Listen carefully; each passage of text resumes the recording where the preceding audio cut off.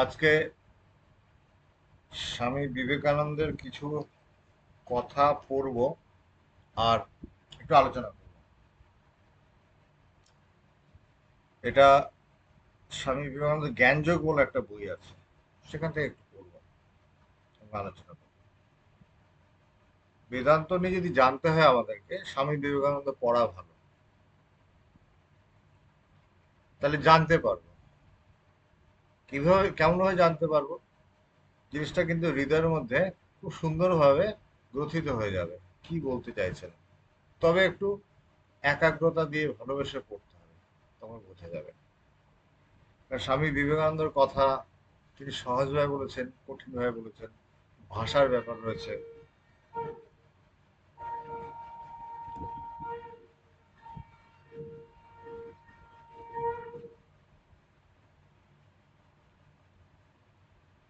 তো এখানে শুরু করছি,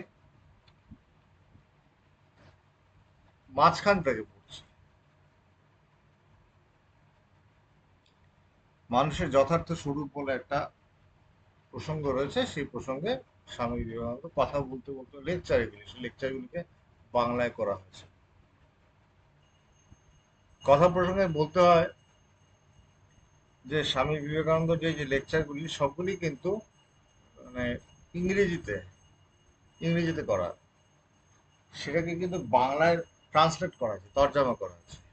খুব কমই রয়েছে বাংলা তিনি লেকচার দিয়েছেন, বেশিরভাগই বিদেশে ইংলিশতে।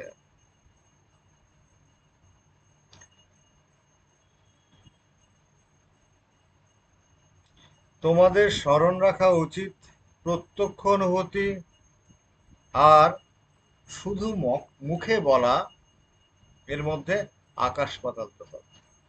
দুটো ব্যাপার। প্রত্যক্ষ অনুভূতি একটা, মানে একজনের অনুভব হয়েছে একটা ব্যাপার, আরেকজন মুখে বলছে অন্যরকম ব্যাপার। ভগবান বলতেন, যেমন মনে করা যাক একটা তোতা পাখিকে শেখানো হয়েছে যে তোতা পাখি হরে কৃষ্ণ বলে, হরে কৃষ্ণ বলছে। তো তোতা পাখি হরে কৃষ্ণ বলে, যে বেড়াল আসে অমনি কিন্তু তোতা পাখি ভুলে যায় হরে কৃষ্ণ, তখন ট্যাঁ ট্যাঁ ট্যাঁ ট্যাঁ আওয়াজ করে। ওই রকম ভাবে হচ্ছে, মুখে বলা আর প্রত্যক্ষের মধ্যে তফাৎ রয়েছে। অজ্ঞানী ব্যক্তিও নানা রকম কথা বলে, নানা জ্ঞানের কথা বলবে।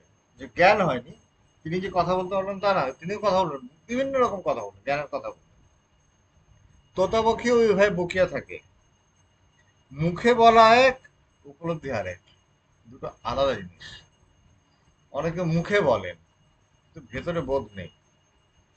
বোধ মানে কিন্তু একটা জিনিস বুঝতে হবে, যে যখন আমি আধ্যাত্মিক চিন্তা চর্চা করছি না, তখন কিন্তু বেশ মনটা ভালো হয়, স্থির হয়, শান্ত হয়। এই স্থির শান্ত হলে প্রথম যেটা হয়, একটা বেশ ভালো কিন্তু ঘুম হয়। ঠিক আছে? এই যে গভীর একটা ঘুম হয়, সেই ঘুমটাকে কিন্তু আমাদের ভালো লাগে। এবং ঘুমটাকে যদি ঘুমটা হয় এবং তখন ভালো লাগার ব্যাপারটা খুব গভীরভাবে আসে, তখন কিন্তু যদি ভেবে নিই যে আমার কিছু হয়ে গেছে অনুভূতি, মুশকিল আছে, বুঝতে অসুবিধা হচ্ছে। কেন?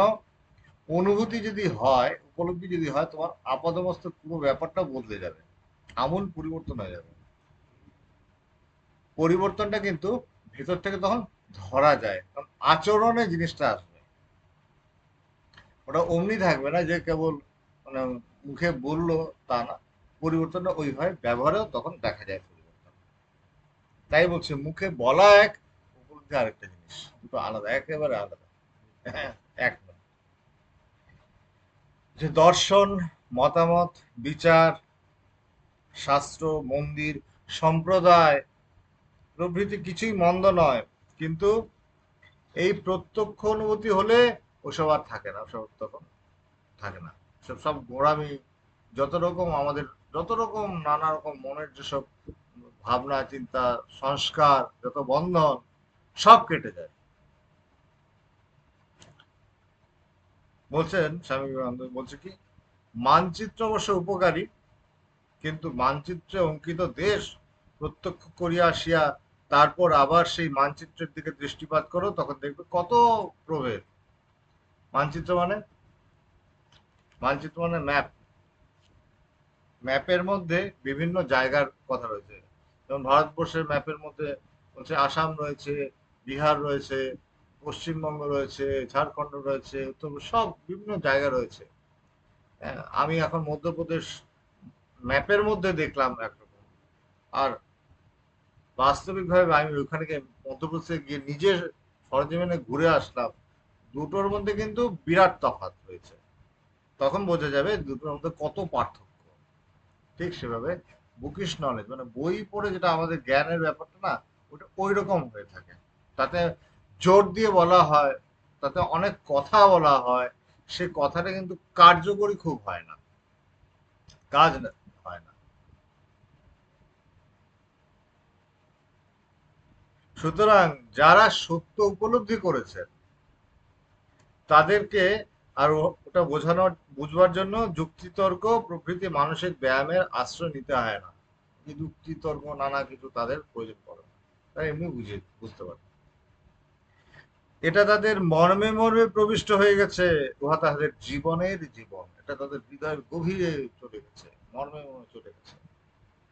বেদান্তবাদীর ভাষায় বলতে গেলে বলতে হয় এটা যেন তারা তার করামলক পথ প্রত্যক্ষ হয়েছে, মানে হাতের মুঠিতে একটা আমলকি ফল যেমন লাগবে যে সে আমলক পথ, ঠিক তেমনি ভাবে যেন এটা তার উত্তরে উপলব্ধি হচ্ছে। প্রত্যক্ষ উপলব্ধিকারীরা অসংকোচে বলিতে পারেন এই যে আত্মা রইয়াছে, তাদের কাছে স্পষ্ট। তাদের সঙ্গে যতই তর্ক করো না কেন, তারা তোমার কথায় শুধু হাসবেন। তারা উহা শিশুর আবল তাবল বলিয়া মনে করিবেন। শিশুরা যেমন আবল তাবল তেমনি মনে করেন। শিশুর আধ কথায় তারা বাধা দেন না, তারা সত্য উপলব্ধি করিয়া ভরপুর হয়ে আছেন। মনে করো তুমি একটি দেশ দেখিয়ে আসিয়েছো, দেশ মানে একটা স্থান, একটা জায়গা দেখে এসেছো, আর অপর একজন ব্যক্তি তোমার নিকট আসিয়া এই তর্ক করিতে লাগিল ওই দেশের কখনো অস্তিত্বই নাই। আরেকজন এসে বললো, তো তুমি কি কথা বলছো, দেখে এসছো, কোনো জায়গায় নেই এরকম। এইভাবে ক্রমাগত সে তর্ক করে যেতে পারে, কিন্তু তার প্রতি তোমার এই মনোভাব হইবে যে ব্যক্তি উন্মাদাগারে যাইবার উপযুক্ত, মানে পাগলাগারে যাওয়ার জন্যই উপযুক্ত। এইভাবে যিনি ধর্মের প্রত্যক্ষ উপলব্ধি করেছেন, যিনি ধর্মকে ঠিক ঠিক জেনেছেন, তিনি বলেন জগতে ধর্ম সম্বন্ধে যেসব কথা শোনা যায় সেগুলি কেবল শিশুর আধাত কথা মাত্র। যেসব যেসব ধর্মজগতের নানা কথা, ওটা যে এটা সার হচ্ছে এই আধ্যাত্মিক চিন্তা, যেখান থেকে কোথা থেকে এসেছে, উপলব্ধি থেকে এসেছে, যিনি উপলব্ধি করেছেন তার থেকে এসেছে। বলছে প্রত্যক্ষ অনুভূতি ধর্মের সার কথা। এই যে নানা রকম আচার বিচার এগুলি চলছে কেন, আচার বিচার মানে, আচার বিচার মানে জানি আমরা, আচার মানে যে দেহ ইন্দ্রিয় যেভাবে আচরণ করছে এটা আচার। বিচার মানে মন বুদ্ধি এইগুলি যে একদম নিষ্ঠাপূর্বক ঈশ্বরীয় ভাবনা চিন্তা কিংবা ওই ধরনের যে ভাবনা চিন্তা দ্বারা আমার মনটা ঈশ্বরের পথে যেতে পারে, যে ভাবনা চিন্তা দ্বারা আমার দেহেন্দ্রিয় মানে সৎকর্মে প্রবৃত্ত হতে পারে, সেটা হচ্ছে বিচার।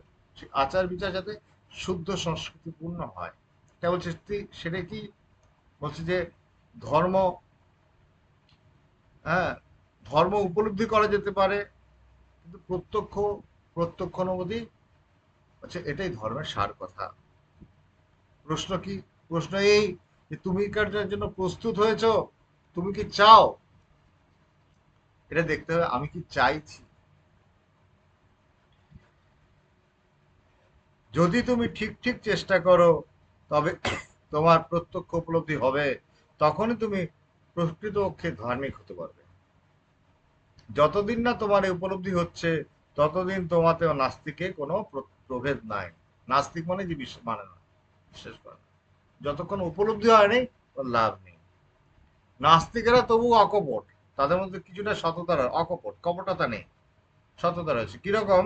তারা যা ভেতরে সেটাই বলছে, মানে না, কিন্তু তুমি মেনে জেনেও কিন্তু জানতে পারছো না, উপলব্ধি হয়নি। তাই বলছে যে স্বামীজি বলছেন, কিন্তু যে বলে, নাস্তিকেরা তবু অকপট, কিন্তু যে বলে যে ধর্ম আমি বিশ্বাস করি, অথচ কখনো উহা প্রত্যক্ষ উপলব্ধি করতে চেষ্টা করে না, সে কিন্তু অকপট নয়, সে কপট, কপটতা রয়েছে। এখান থেকে আমাদেরকে বেরিয়ে আসার ব্যাপার রয়েছে। এই যে শাস্ত্র চিন্তা চর্চা চলছে, এর একটা উদ্দেশ্য রয়েছে। উদ্দেশ্যটা কিন্তু কোনো মেকানাইজড ওয়েতে চলছে না, মানে যান্ত্রিক ভাবে হয় না কিন্তু। কেন? ভগবানের গুরু মহারাজ স্বামী পবিত্রানন্দজি, তার চিঠির বই একটা আছে, বেদান্ত সাধনা। সেখানে দেখবেন ভগবানকে লিখছেন পবিত্রানন্দজি যে জপ করো তপ করো, যন্ত্রবোধ করো না। আমরা মেকানাইজড ওয়েতে করি, যেটা এরকম করছে, এইভাবে হচ্ছে, এইভাবে হচ্ছে, যেটার মধ্যে কোনো স্বাভাবিক গতি নেই। স্বাভাবিক গতি নেই মানে, মানে যেমন হয় না, একটা সংগঠন অনেক পুরনো হয়ে গেছে, তখন কি হয়েছে, ওটা স্থবিরত্ব এসে পড়ে, জড়ত্ব এসে পড়ে। কিরকম ভাবে? একইভাবে সে চলছে, ভাবনা চিন্তাগুলি একইভাবে চলে। ওখানে সে যেমন মনে করা যাক, যেমন এই সৃষ্টির মধ্যে বিভিন্ন বৈচিত্র্য রয়েছে, নানা বৈচিত্র্য রয়েছে, সেই বিচিত্রতা কিন্তু সেইখানে ব্যাহত হয়ে যায়। যখন যত সে পুরনো হচ্ছে, যত সে প্রতিষ্ঠা স্থাপন হচ্ছে তাই জড় জগতে, তত কিন্তু সে বলছে তার মধ্যে জড়ত্ব এসে পড়ছে, ওই বিচিত্রতা তার মধ্যে তখন আর কমে আসে। ভাবগুলি বিকশিত হওয়ার পন্থাগুলি তখন কিন্তু অবরুদ্ধ হয়ে আসে। বহু মানুষ, বহুজন, বহু ভাব, কিন্তু এই বহু ভাব বিকশিত হওয়ার রাস্তাও তো বহু। আমি যদি বলি যে প্রত্যেকে একই ধরনের জামা কাপড় পরবে, একই সাইজের পরবে, তাহলে কিন্তু হবে না। কেউ মোটা, কেউ রোগা, কেউ কারো পায়ের সাইজ একটা, কারো পায়ের সাইজ আলাদা। হচ্ছে এই আমাদের যে আলাদা আলাদা রূপ রয়েছে, সেগুলিকে সাঁটবার, আমাদের আঁটবার জন্য কিন্তু আমাদের পোশাক আশাকও কিন্তু আলাদা আলাদা হতে হবে। ভাবনা চিন্তা সম্পর্কে তাই। আর ভাবগুলি, ভিতরে যে আমাদের ভাবগুলি রয়েছে, সেগুলি বিকাশ করবার পন্থাও কিন্তু তাই বলছে অনেক রয়েছে। সেখানে যদি আমি অবরুদ্ধ করে দিই, না এটা এইভাবেই করতে হবে, তাহলে কিন্তু তখন সেটা মুশকিল করে দেবে। তখন কিন্তু সেটা আমাদেরকে মুশকিল করে দেবে, কেন? সেটা আমরা আটকে যাবো। এই হচ্ছে যান্ত্রিকতা ত্যাগ করো, যান্ত্রিক হয় না, আন্তরিক ভাবে করো। যন্ত্রবোধ করো না, কিন্তু ভেতরে যাতে আন্তরিকতা থাকে, ভেতরে অন্তর দিয়ে করো, ভালোবেসে জিনিসটাকে অন্তর দিয়ে করো। আর আর কি আর বলছে যে, আরেকটা হচ্ছে যে প্রিজুডিস। প্রিজুডিস কি? এখানে এই কথাগুলির সঙ্গে প্রিজুডিস রয়েছে, মানে পূর্ব, হচ্ছে পূর্বাগ্রহ। পূর্বাগ্রহ কিরকম? হচ্ছে আমাদের মনের মধ্যে ধারণা থাকে কিছু আগের থেকে, সেই ধারণাগুলি নিয়ে আমরা চলি কিন্তু। আমরা তাই বেশিরভাগ সময় জাজ করি, এটা ঠিক ওটা ঠিক, এই জাজ করি, জাজমেন্ট করি। কেন জাজ করি? সংসারে চলতে চলতে সবাই তো ঠকেছি বিভিন্নভাবে, ঠকতে ঠকতে যে এসেছি, তাই জাজ করতে থাকি। এটা তুমি জাজমেন্ট হয়েও না, এই জাজমেন্ট, এটা থেকে বেরিয়ে আসো। এটা ভালো, ওটা মন্দ, এভাবে কিছু দেখো না, স্বাভাবিকভাবে দেখো। স্বাভাবিকভাবে দেখতে পারি না বলেই কিন্তু আমাদের এই চিন্তা চর্চার প্রয়োজন পড়ছে। কারণ আমরা সবকিছু সহজভাবে নিতে পারি না। কিছু একটা সামনে ঘটলো, ঘটনার পিছনে সবসময় আমরা একটা কারণ খুঁজি, এটা এই জন্য হচ্ছে, ওটা ওই জন্য হচ্ছে। বলে না বেদান্তে যে দেশ কাল কার্য কারণ হচ্ছে সম্বন্ধ, এই মায়া হচ্ছে কার্য কারণ সম্বন্ধ। কোনো একটা জিনিস ঘটলো, ওটার ওটার কার্য, কোনো একটা ঘটেছে, সেটা কারণ কি, এই যে আমরা কারণ খুঁজছি। সবকিছুর জন্য আমরা কারণ খুঁজি, এটা কেন হয়? হচ্ছে এটা মায়া। এটাই অজ্ঞানের থেকে আসছে, অজ্ঞানের একটা রূপ। এই জন্য এগুলির থেকে না বেরিয়ে আসা একটা বিরাট জরুরি ব্যাপার রয়েছে। কি করে বেরিয়ে আসবো? যে মায়ের মধ্যে তো, অজ্ঞানের মধ্যে, অবিদ্যার মধ্যে তুমি আটকে আছো। সেই ধরনের চিন্তা চর্চা, কিন্তু তবুও যন্ত্রবোধ করো না। প্রথম প্রথম যন্ত্রবোধ হতে লাগে, ওই যে যন্ত্রের মতো প্রথম প্রথম করছে বলে জিনিসটাকে যন্ত্রবোধ করছে। আস্তে আস্তে এমন ভাবে করো যাতে আন্তরিকতাটা পরিস্ফুট হয়। ভেতরে যে যন্ত্রের মতো যে এটা এই করতে হবে, ওটা ওই করতে হবে না, ভালোবাসো। উপাসনা, উপাসনার ব্যাপারটা প্রথম প্রথম থাকে। প্রথম প্রথম থাকে মানে কিরকম? দেখবেন বেদ, বেদের ব্যাপারে দেখবেন, বেদের কি আছে, বেদের কি আছে, আমরা বেদ কি জিজ্ঞেস করলে বলা হয় বেদের মধ্যে যজ্ঞ যোগ এসব কথা বলা আছে। বেদে যে কর্মকাণ্ডের কথাই বলা আছে তা না, বেদে কিন্তু উপাসনা কাণ্ডও একটা বিরাট ব্যাপার। কর্মকাণ্ড উপাসনা কাণ্ডর পরে কিন্তু জ্ঞান কাণ্ডে প্রবেশ করছে, তার আগে করেনি। প্রথমে বলছে কর্মকাণ্ড, কর্ম মানে যজ্ঞ টজ্ঞ, তারপর উপাসনা কাণ্ড সেখানে নিষ্ঠাপূর্বক করছে, নিষ্ঠাপূর্বক করছে। যেমন কর্মকাণ্ড কিন্তু নিষ্ঠা করছে। কিরকম নিষ্ঠা বলছে, মনে করা যাক একজন অগ্নিহোত্র যজ্ঞ করবে, ঠিক আছে? অগ্নিহোত্র করবে, সে অগ্নিহোত্র করবার সময় সে যে আহুতি দেবে, সেই আহুতিগুলি তাকে ডিসিশন নিতে হবে যে আমি সূর্য উদয়ের আগে করব না সূর্য উদয়ের পরে করব। সে যদি ওটা করে, ভাবনা ঠিক করে নিল যে আমি সূর্যোদয়ের আগে করব, তখন তাকে আজীবন রোজ নিত্য সূর্য উদয় হওয়ার আগেই করতে হবে। সূর্য উদয় হওয়ার পরে সে করতে হবে না, আজীবন ওটা করতে হবে। নিষ্ঠা মেনটেন করছে একদম। তখন এটা মেশিনের মতো করে চলছে, যন্ত্রবোধ সে করে চলছে, এই যন্ত্রবোধ সে করছে। এটা কিন্তু প্রাথমিক, তবু বলতে হবে এটা কিন্তু প্রাথমিক।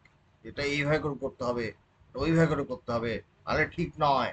এটা কি কেন? সে প্রাথমিক ব্যাপার, এ অ আ ক খ শেখানো। কিন্তু তারপরে আসে, ওটার ভিতরে একটা আন্তরিকতা আসে, এবং সে তখন খোঁজে, কিন্তু এই যে যজ্ঞ করছি, এই যজ্ঞের আড়ালে কি সত্য রয়েছে সেটাকে সে খোঁজে। হুম, সেটাকে খুঁজছে। কি খুঁজছে? যে বলছে না যে আমি এই সূর্য চন্দ্র গ্রহ নক্ষত্র যে সত্যকে প্রকাশ করতে পারছে না, হ্যাঁ, এই সামান্য যজ্ঞের অগ্নি, এর কি ক্ষমতা, এই তাকে কি করে প্রকাশ করবে? যার জন্য বলছে কি, সবকিছু মানে আমাদের ব্রহ্মসূত্র, যে ব্রহ্মসূত্রে ব্যাসদেবের যে ব্রহ্মসূত্র, সে প্রথম সূত্রে বলছে না, অথাৎ ব্রহ্ম জিজ্ঞাসা বলে বলছে। কেন অর্থাৎ এখন কেন বলবো? হ্যাঁ, তারপর ব্রহ্ম জিজ্ঞাসা কেন হলো এইভাবে? যে এই জন্য হয়েছে, সে সারা জীবন ওইগুলি করেছে, নিষ্ঠাপূর্বক কাজগুলি করছে, করবার ফলে তার চিত্তশুদ্ধি এসেছে, এবং তার মনের মধ্যে প্রশ্ন এসেছে, তুমি কেন করছি, কেন করছি। তার মনের মধ্যে প্রশ্ন এসেছে যে এই জগৎ সংসারে সবকিছু তো ঝুটা, কিছু সত্য নয়, এবং যে এই পারলৌকিক যে ব্যাপারটা হচ্ছে, সেখানে সেখানে যেসব আমার সুখ সমৃদ্ধির কথা বলা হয়, সেটার প্রতিও সে তার মন আকৃষ্ট হচ্ছে না, এবং সত্যি সত্যি সে তখন এর থেকে বেরিয়ে আসতে চায়। এবং তাকে তখন কিন্তু যত রকম নিয়ম রয়েছে, সেই নিয়মই কিন্তু সে ভেঙে ফেলতে চায়। নিয়মগুলি তৈরি কিন্তু হয়েছে তোমার ভিতরে সেই শক্তি মানে প্রকাশিত হোক, যাতে এই নিয়মগুলি যাতে ভেঙে ফেলতে পারে।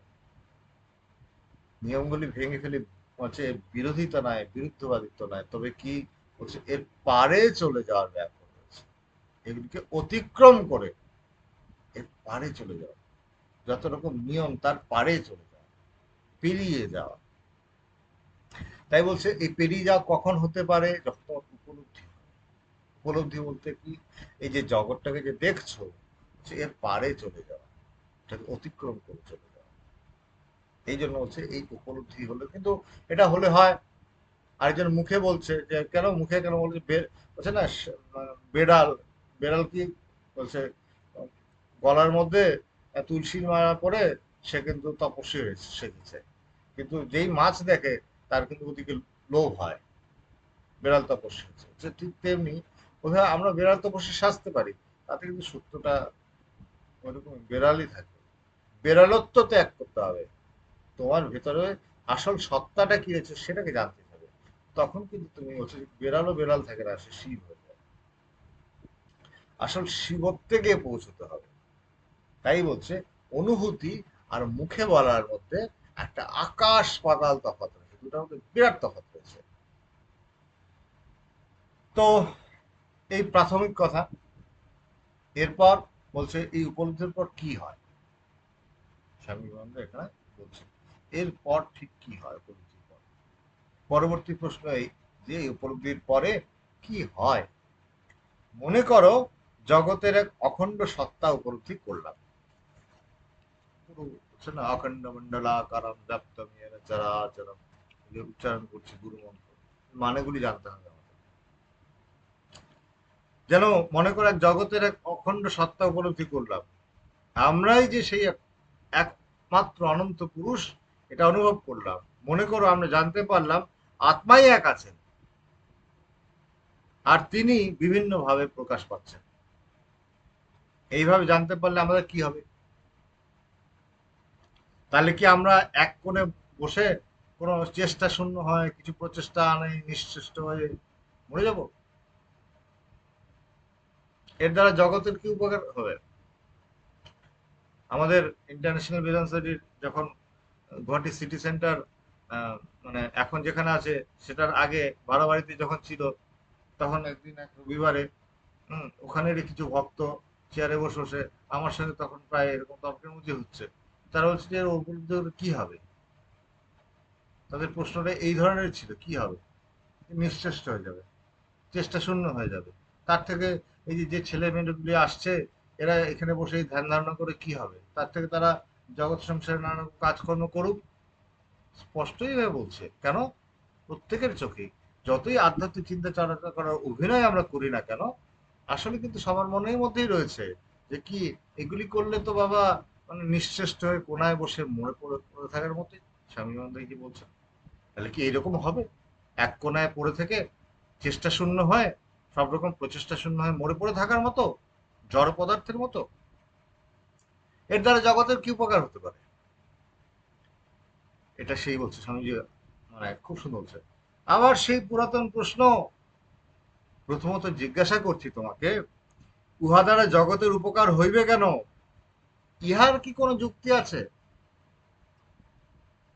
লোকে এই প্রশ্ন করিবার অধিকার আছে, ইহাতে কি লোকের উপকার হইবে?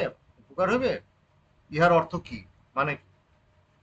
ছোট ছেলে মিষ্টি ভালোবাসে, মিষ্টান্ন ভালোবাসে।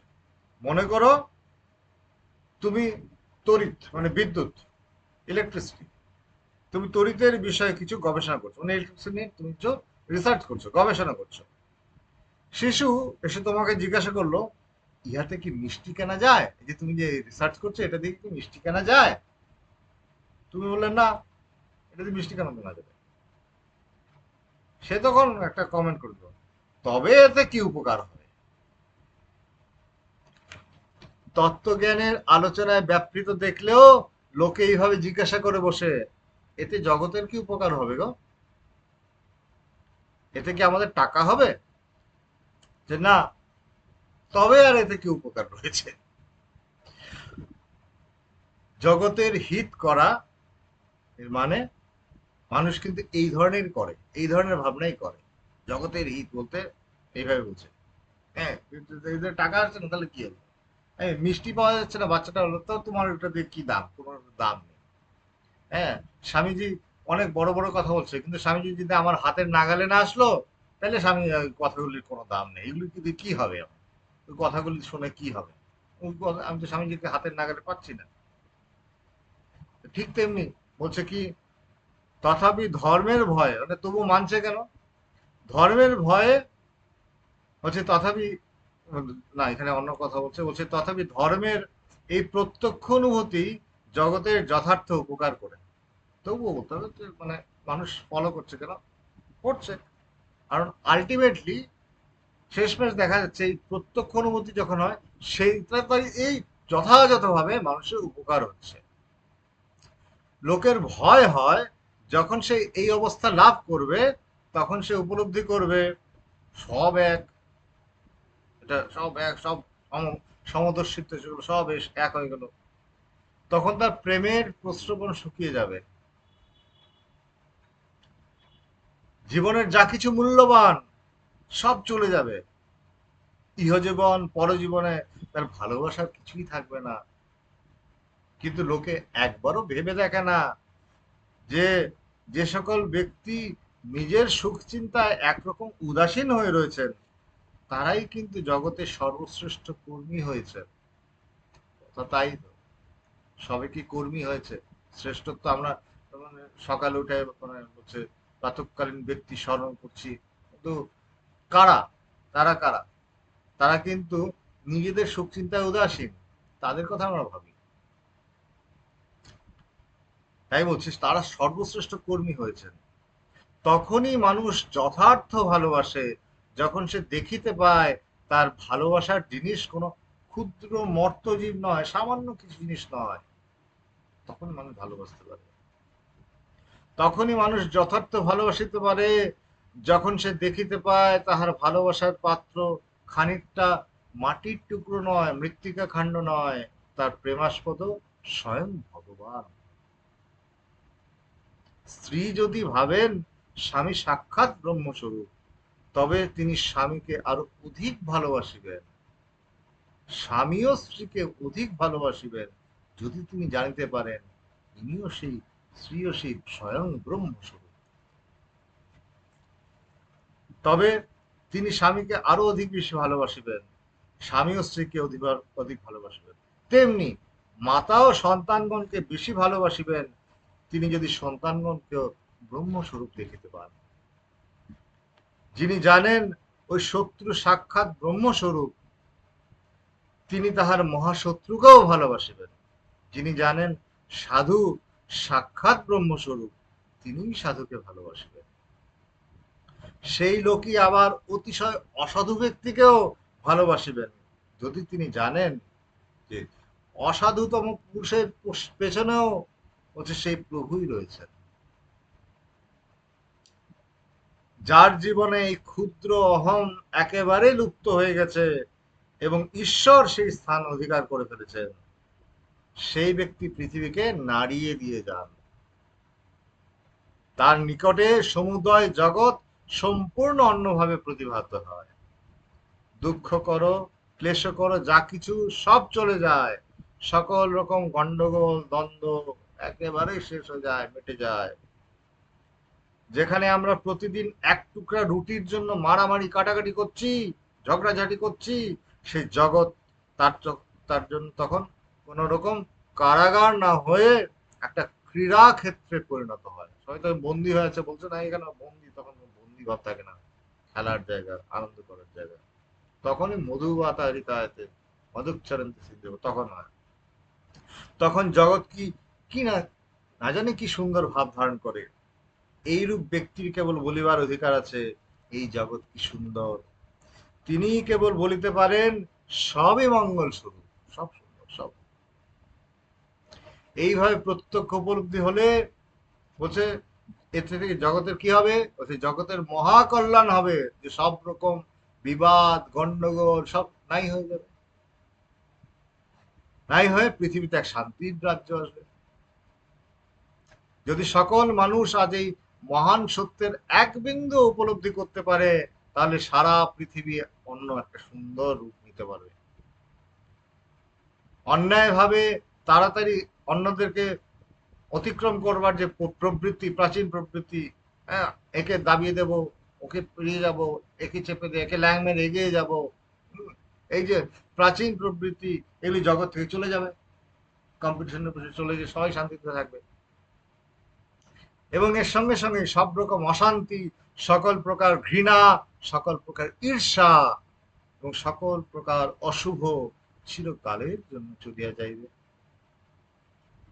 তখন দেবতারা এই জগতে বাস করিবেন এবং তখনই জগৎটাই যথার্থ অর্থে স্বর্গ হয়ে যাবে। আর যখন দেবতায় দেবতায় খেলা হবে, যখন দেবতায় দেবতায় কাজ, তখন যখন দেবতায় দেবতায় প্রেম, তখন কি আর কোনো অশুভ থাকতে পারে? ঈশ্বরের প্রত্যক্ষ উপলব্ধির এই মহা সুফল, এর দ্বারা কি জগতের উপকার হবে? বিরাট কথা বলে দিচ্ছেন। সমাজে তোমরা যা কিছু দেখছো, তখন সবই পরিবর্তিত হয়, অন্য একটা রূপ নেবে। তখন তোমরা মানুষকে আর খারাপ বলে দেখতে পাবে না, এ খারাপ, এ ঠিক নয়, এ ভালো নয়, এটা আর থাকে না, চলে যায়। এটাই প্রথম মহা লাভ। এর দ্বারা কি লাভ হবে? যে অন্যের মন্দ তুমি দেখতে পাচ্ছ না, তোমার চোখে সবাই ভালো, বিরাট লাভ। তখন তোমরা আর কোনো অন্যায়কারী দরিদ্র নরনারীর প্রতি ঘৃণার চোখে দেখতে হবে না, তুমি ঘৃণাটা থাকবে না তোমার মধ্যে। ঘৃণাটা কাকে জ্বালায়? তোমাকে প্রথমে জ্বালায়, তাই তোমাকে আর জ্বালাতে পারবে না, ঘৃণা চলে যাবে। বলছে হে মহিলাগণ, যে দুঃখিনী নারী রাত্রিতে পথে ভ্রমণ করিয়া বেড়ায়, আপনার তার দিকে তখন ঘৃণাপূর্বক দৃষ্টি নিক্ষেপ করিতে পারিবেন না। কারণ আপনারা সেখানেও সাক্ষাৎ ঈশ্বরকেই দেখে পাইবেন। তখন আপনাদের মনে আর ঈর্ষা বা অপরকে শাস্তি দেওয়ার ভাব আসবে না, ওকে শাস্তি দেব এই ভাব তখন আর আসবে না। এগুলি সবই চলে যাবে, থাকবে না। তখন প্রেম এত প্রবল হবে যে মানব জাতিকে সৎ পথে পরিচালিত করবার জন্য আলাদা তোমার কোন রকম চাবুকের প্রয়োজন থাকবে না। যদি পৃথিবীর নরনারীর লক্ষ ভাগের এক ভাগ শুধু চুপ করে বসে খানিকক্ষণের জন্য বলে তোমরা সকলেই ঈশ্বর, মানবগণ, পশুগণ, সব রকম সর্বপ্রকার প্রাণীগণ তোমরা সকলেই এক জীবন্ত ঈশ্বরের প্রকাশ, তাহলে আধ ঘন্টার মধ্যেই সমুদয় জগৎ পাল্টে যায়। এটা কিন্তু একজন করেছিল, মহেশ যোগী এই ধরনের চেষ্টা করেছিল। মহেশ যোগী এখানে আমেরিকা বসে বসে, আমেরিকা একবার প্রচন্ড ক্রাইম রেট বেড়ে গেছিল, তিনি বসে বসে সবাইকে ধ্যানের মধ্যে এই জিনিসগুলো শিখেছেন। এটা ভাবনাটাকে, চিন্তা প্রবাহকে এইভাবে চালাও। এ ভগবানও কিন্তু একটা বিরাট করে গেছেন যে আমরা যদি চিন্তা ভাবনাগুলিকে একটা বিশেষ খাতে বিশেষভাবে প্রবাহিত করি তাহলে কিন্তু অন্যরকম হবে। এই যে অন্যরকম হচ্ছে, তো পরিবর্তন তো হচ্ছে, একেবারে যে কিছু হচ্ছে না তা না, কিন্তু চারিদিকে অন্ধকার অন্ধকার বলে সবাই বলছে, আমরা তো বলছি তামসোমা জ্যোতির্গময়, এবং সত্যি সত্যি আলো তো দেখানো যাচ্ছে। মানুষের হৃদয় তো হৃদয় ভালোবাসার যে একেবারে আসছে না তা না, আসছে কিছু হলো। অন্ধকারের মধ্যে একেবারে অন্ধকার মধ্যে চিৎকার করার থেকে আমরা একজন দুজন যে একটা দুটো বাতি জ্বালাচ্ছি, সেটা কিন্তু মানুষকে পথ দেখায়, পথ দেখাচ্ছে। এটাই হচ্ছে সবথেকে বড় কথা। তাই শেষ করি পরে।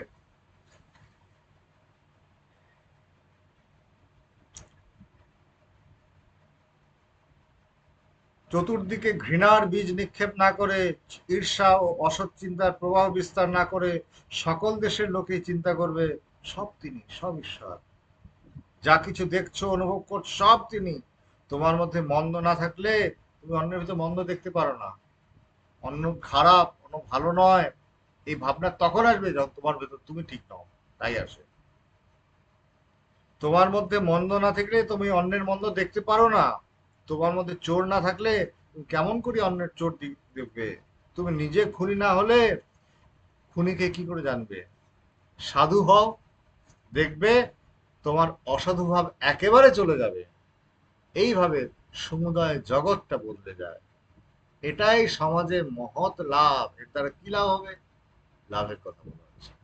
সমগ্র মানব জাতির পক্ষে এটা মহৎ লাভ। ভারতে, এই প্রাচীন ভারতবর্ষে প্রাচীনকালে এই সব ভাবগুলিকে গভীরভাবে চিন্তা করে ব্যক্তিগত জীবনে অনেকেই কার্যে পরিণত করেছিলেন, এখন করছেন অনেকে। কিন্তু শিক্ষাদাতা গুরুদের সংকীর্ণতা, এ ঠিক নয় ও ঠিক নয় সবসময় নিন্দাবাদ করা, হ্যাঁ, যে শিক্ষাদাতা গুরুগণের সংকীর্ণতা এবং দেশের পরাধীনতা প্রভৃতি নানাবিধ কারণে এই সকল চিন্তা চতুর্দিকে প্রচারিত হতে পারে নাই। আমরা এখনো কিছু কিছু পরাধীন রয়েছি চিন্তাগত দিক দিয়ে, আমাদের ভাবতে শিখিনি। চিন্তাটাকে খুলতে হবে, খুলে দেখতে হবে, দেখতে শিখতে হবে। তখন কিন্তু সংকীর্ণতা এবং পরাধীনতা যখন আমরা অতিক্রম করতে পারবো, তখন কিন্তু সত্যটা আরো সুন্দরভাবে চারিদিকে ছড়িয়ে পড়বে। তা না হলেও, এগুলি না হলেও মহাসত্য, এই আত্মার কথা মহাসত্য। যেখানেই এগুলির প্রভাব বিস্তৃত হয়েছে সেখানেই মানুষ দেবভাবাপন্ন হয়ে উঠেছে। এইরূপ একজন দেব প্রকৃতির মানুষের দ্বারা আমার সমুদয় জীবন পরিবর্তন হয়ে গেছে। আমাদের জন্য ঠিক তাই। ভগবানকে যখন দেখেছি খুব জীবনটাই বদলে গেছে। এর সম্বন্ধে পরে আর বলছে, এখন এইসব ভাব জগতে প্রচারিত হওয়ার সময় এসেছে। মঠে আবদ্ধ না থেকে, কেবল পণ্ডিতদের পাঠের জন্য দার্শনিক গ্রন্থগুলিতে আবদ্ধ না থেকে, কতগুলি সম্প্রদায় বা পণ্ডিতদের জন্য একচেটিয়া অধিকার না রেখে সমস্ত সমস্ত জগতের প্রচারিত হোক, যাতে সাধু পাপী আবার বৃদ্ধ বনিতা সবাই, শিক্ষিত অশিক্ষিত সবাই যাতে এটা পেতে পারে। এবং তখন এই ভাব জগতের বায়ুতে খেলতে থাকবে, শ্বাস নেবে, শ্বাসের মধ্যে এই জিনিসটা এসে যাবে, তখন সংস্কারের মধ্যে এসে যাবে। আজকে একটা জায়গায় পড়ছিলাম যে আমাদের ভারতবর্ষ কি দারুণ ছিল, কি নিষ্ঠাবান ছিল, যে এখন যেমন হচ্ছে যে আমাদের একজন পর্তুগিজ, একজন পর্তুগিজ থেকে একজন এসছে, পর্তুগাল থেকে একজন এসছে ভ্রমণকারী, তিনি লিখছেন তার জীবনীতে যে আমি ভারতে গিয়ে কি দেখতে, অনেক প্রাচীন কথা, দেখলাম ওখানে সবাই ধর্মনিষ্ঠ, এমনকি সৈনিকরা লড়াই করছে, সন্ধ্যার পরে লড়াই করবে না, সন্ধ্যার পরে চান করতে এসেছে এক নদীতে, তারা পাশাপাশি চান করে পান তাম্বুল শেয়ার করছে, সূর্যোদয় হচ্ছে তারা আবার লড়াই করছে, কিন্তু তার এক যুদ্ধ করছে, শত্রুতা কিন্তু ওই অতটুকু সীমাবদ্ধ, হৃদয়ে কিন্তু পরিষ্কার ছিল, স্বচ্ছ ছিল। কেন? সত্যের তারা ফলোয়ার। এবং এমনকি এটাও তিনি দেখেছেন, বলছেন যে অনেক সময় না মানে নির্বাসিত করা হতো, কিছু কিছু পানিশমেন্ট দেওয়া হতো, শাস্তি দেওয়া হতো ইয়েদেরকে, এই সৈনিকদেরকে, যে তুমি এত টাকা, কিছুদিনের জন্য 6 মাসের জন্য নির্বাসিত করা হলো, ঠিক আছে, 6 মাস, তার উপরে একটা ধনরাশি সে এনে ফাইন দিতে হবে তাকে, এবং সে তাকে ছেড়ে দেওয়া হলো। সে সৈনিক কিন্তু সে পালিয়ে যেতে পারতো, কিন্তু 6 মাসের মধ্যে সে যদি ওই পানিশমেন্টের টাকাটা জোগাড় না করতে পারতো, সে কিন্তু এসে যেত রাজার কাছে, না আমি জোগাড় করতে পারিনি, কিন্তু আপনি আমাকে কারাগারে রাখতে পারেন, শাস্তি দিতে পারেন। এতটা অনেস্ট ছিল, এতটা কিন্তু আমাদের ভিতরে এটা ছিল একটা সংস্কার, সংস্কৃতি, একটা অদ্ভুত সংস্কৃতি। কোন সংস্কৃতি? যে সংস্কৃতির সংস্কৃতির মানে কি? সংস্কৃতি সম্যক কৃতি। এর দ্বারা কি হয়? হচ্ছে যার দ্বারা এই যে আধ্যাত্মিক, আধিদৈবিক, আধিভৌতিক সব রকম উন্নতি হয়, যাতে ইহলোকে অভ্যুদয় এবং পারলৌকিক অভ্যুদয়েরও সৃজন হয়, সেটা হলো সংস্কৃতি। সেই সংস্কৃতির আমরা বাহক এবং ধারক। সেই কথাগুলি এখানে বলা হচ্ছে, কি করে সে আত্মার কথা শোনো, আত্মাকে জানো, তাকে জানলেই কিন্তু তোমার সব রকম উন্নতি হবে, এটাই কথা।